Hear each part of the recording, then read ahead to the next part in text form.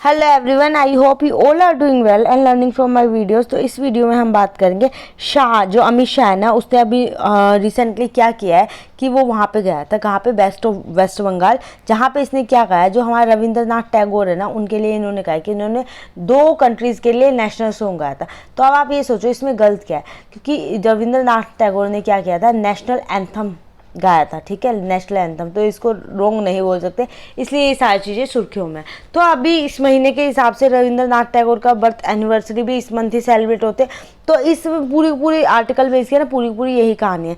तो हम इसमें ये सारी चीज़ें ना पढ़ के हम बात करेंगे रविंद्रनाथ टैगोर की, ठीक है, उसकी पूरी कथा सुनेंगे कि वो क्या था क्या नहीं, उनकी पूरी कहानी मैं आपको बताती हूँ जन्म से लेके अब तक, और उन्होंने कितना अच्छा काम किया है, ठीक है। रविंद्रनाथ टैगोर, अब आपको जैसे पता है इन्होंने नेशनल एंथम लिखा था, तो इसी के लिए जाने जाते हैं, और ये बहुत अच्छे पोइट भी थे, सिंगर भी थे, म्यूजिक कंपोजर भी थे। तो इनके अंदर बहुत सारी चीज़ें हैं जो कि मतलब बताते बताते भी कम पड़ जाता है, ठीक है। अब 2022 में जो इसकी बर्थ एनिवर्सरी थी वो 9 मई को सेलिब्रेशन हुआ था, और अभी 2023 का अभी तक तो हुआ नहीं है, पर अभी देखते हैं किस दिन होता है। तो बंगाल कैलेंडर के हिसाब से अगर बात करेंगे, बंगाल कैलेंडर के हिसाब से, तो इनका जो बर्थडे सेलिब्रेशन होता है ना, वो कौन से जयंती जो बनती है ना, इनकी जयंती वो विशाख मंथ में बनती है, ठीक है, विशाख मंथ। अब विशाख मंथ के हिसाब से जो डेट आती है उसी दिन इनका बर्थ एनिवर्सरी सेलिब्रेट होती है। वैसे अगर नॉर्मली बात करेंगे तो इनका जन्म था 7 मई 1861 को इनका जन्म हुआ था, रविंद्रनाथ टैगोर का।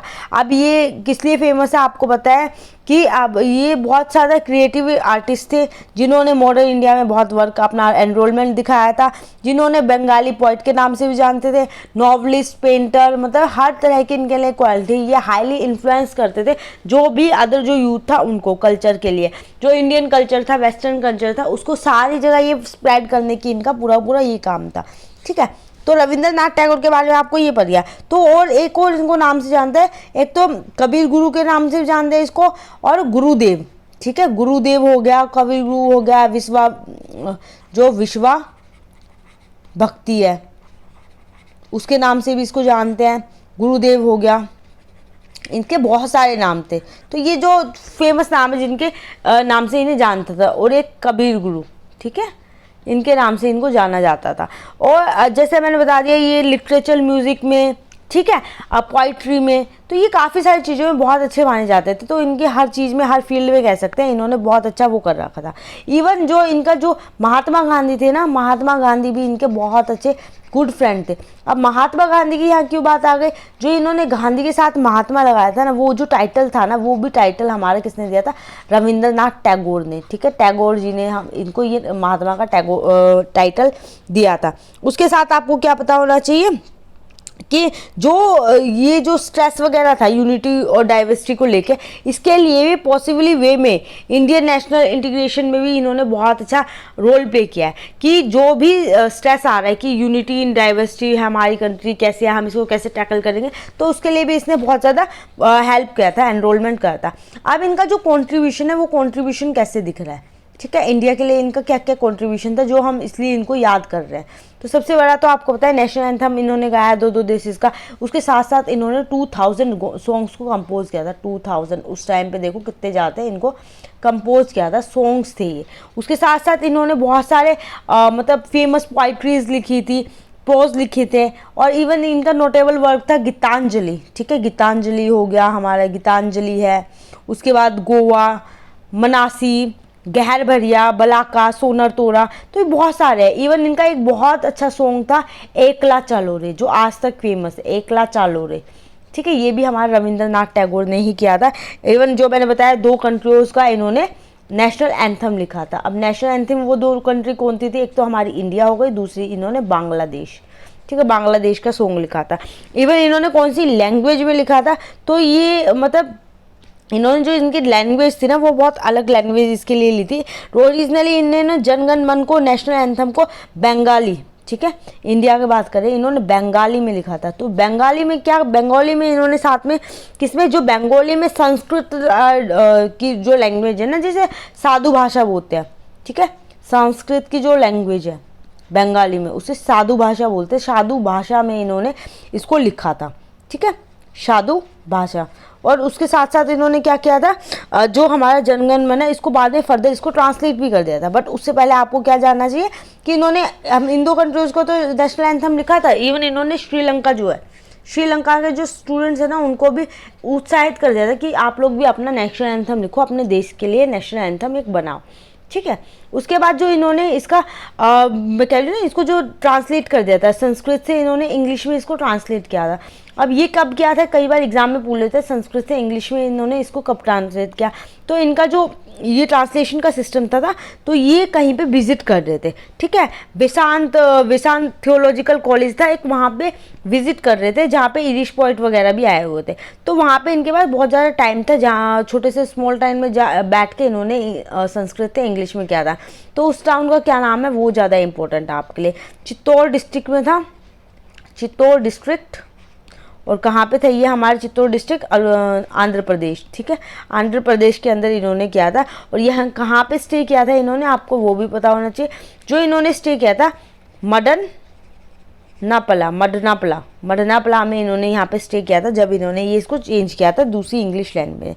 और इसी के साथ साथ ये बहुत बड़े फिलोसफर भी कहलाते थे जो रविंद्र टैगोर थे। ये हमारे बहुत बिगेस्ट फिलोसफर भी के नाम से भी जानते थे कि ये बहुत अच्छे फिलोसफर है, एजुकेशनलिस्ट है, ठीक है, एजुकेशन में बहुत आगे हैं। उसके बाद इन्होंने अपनी यूनिवर्सिटी बनाई थी 1921 में, जो मैंने आपको एक वीडियो में बताया। और उसके साथ साथ इन्होंने जो यूनिवर्सिटी 1922 में बनाई थी उसका नाम विश्व भारती यूनिवर्सिटी था। उसके बाद 1951 में इनको विश्व भारती यूनिवर्सिटी को क्या मिल गया था, सेंट्रल यूनिवर्सिटी का वो मिल गया था टैग 1951 के अंदर, ठीक है। और इसके बाद इनको अब आज के टाइम पे जो बात चल रही है, इसको वर्ल्ड हेरिटेज लिस्ट के अंदर ऐड करने की बातें चल रही है। और ये हमारी एक लिविंग यूनिवर्सिटी है ना, उसमें काउंट होगा। जो अगर ये वर्ल्ड हेरिटेज लिस्ट में आ रही है तो ये फर्स्ट लिविंग हेरिटेज यूनिवर्सिटी होगी जो आज तक रन कर रही है। क्योंकि आपको पता है नालंदा वगैरह, तक्षशिला है, इनके लिए भी बात चलती रहती है, पर लिविंग आज तक जो एक्टिव है वो यही यूनिवर्सिटी है, जो सेंट्रल यूनिवर्सिटी हमारी एक्टिव है, ठीक है। अब अगर इसकी बात मैं करती हूँ, लाइक मैंने आपको ये सारी यूनिवर्सिटी का बता दिया। अब जैसे आपको पता है सबसे पहले जो 1930, अब ये 1921 में बनी थी, तो 1913 में अवार्ड मिला था, ठीक है। 1930 में नोबेल प्राइज़ मिला था, किसे मिला था, हमारे जो रविंद्रनाथ टैगोर है, किसकी उसमें मिला था 1930, जो गीतांजलि इन्होंने गाई थी उसके लिए इन्हें नोबेल प्राइज़ मिला था सबसे पहले, ठीक है। नोबेल प्राइज़, जो फर्स्ट नोबेल प्राइज़ किसी को मिला था ना लिटरेचर में, तो वो इन्हें ही मिला था। फर्स्ट नॉन यूरोपियन थे जिन्हें ये नोबेल प्राइज़ मिला था। तो पहले यूरोपियंस को मिला था आज़ादी से पहले, तो ये हमारे नॉन यूरोपियंस थे, ठीक है ना। आपको पता है इंडिया के हैं, और जो कब्जा कर रखा था ब्रिटिशियन, ये सारे यूरोप के थे। तो ये पहले नॉन यूरोपियन थे जिन्हें प्राइज़ मिला था। पर आपको पता है 1913 में इन्हें प्राइज़ मिला। उसके बाद 1915 में क्या हुआ था, 2 नाइटहुड, जो इन्हें नाइटहुड अवार्ड भी मिला था, ठीक है। नाइटहुड अवार्ड जो कि ब्रिटिश ने ही दिया था, जो किंग जॉर्ज थे ब्रिटिश के, उन्होंने दिया था। उसके बाद 1919 में क्या करा था इन्होंने, ये नाइटहुड अवार्ड को वापस कर दिया था। इसको एक्सेप्ट ही नहीं किया, इसको वापस कर दिया था, रिनाउंस कर दिया था, ठीक है, नाउंस कर दिया था। क्यों कर दिया था, क्योंकि जलियांवाला हत्याकांड हो गया था, इस रीज़न से इन्होंने इसको वापस कर दिया था। इसके बाद हमें इसकी डेथ के बारे में आपको पता है, डेथ इनकी कब हुई थी। इनकी जो डेथ हुई थी वो 1941 में हुई थी, और इनकी 7 अगस्त को इनकी डेथ हुई थी। अब देखो 7 मई का इनका जन्मदिन था, 7 अगस्त को इनकी डेथ हुई, ऐसे आप याद रख सकते हो। और 1941 में डेथ हो गई थी, और 1951 में इनकी सेंट्रल यूनिवर्सिटी बन गई थी। देखो कितना इजी बता दूँ। इसके बाद इनका कुछ कोट्स भी हैं जो कि बहुत फेमस है। तो पहला कोट क्या है, इन्होंने जो बहुत फेमस कोट लिखा था, you can cross the sea merely by standing and staring at the sea. आप सी को जब तक क्रॉस नहीं कर सकते जब तक आप यहाँ खड़े होकर इसे देखते रहोगे, ठीक है। यहाँ पे स्टैंड हो और आराम से स्टेयरिंग कर रहे हो सी को, तो आप इसको क्रॉस नहीं करोगे जब तक आप इसमें कूद नहीं जाते, जब तक आप इसको पार नहीं कर सकते। और दूसरा मेन इनका तो जो कि fact are many but the truth is one. तो किसी भी चीज़ को देखने के लिए उसके फैक्ट्स बहुत सारे हैं, आप हर एंगल से सोच सकते हो, बट जो उसका ट्रूथ है ना वो सिर्फ एक या हमेशा एक ही रहेगा। तो ये इनके बहुत ज़्यादा फेमस क्वाट्स है, और ये हमारी पूरी रविंद्रनाथ टैगोर की कहानी है। आई होप आपको सारी चीज़ें क्लियर हो गई होंगी, and thank you so much for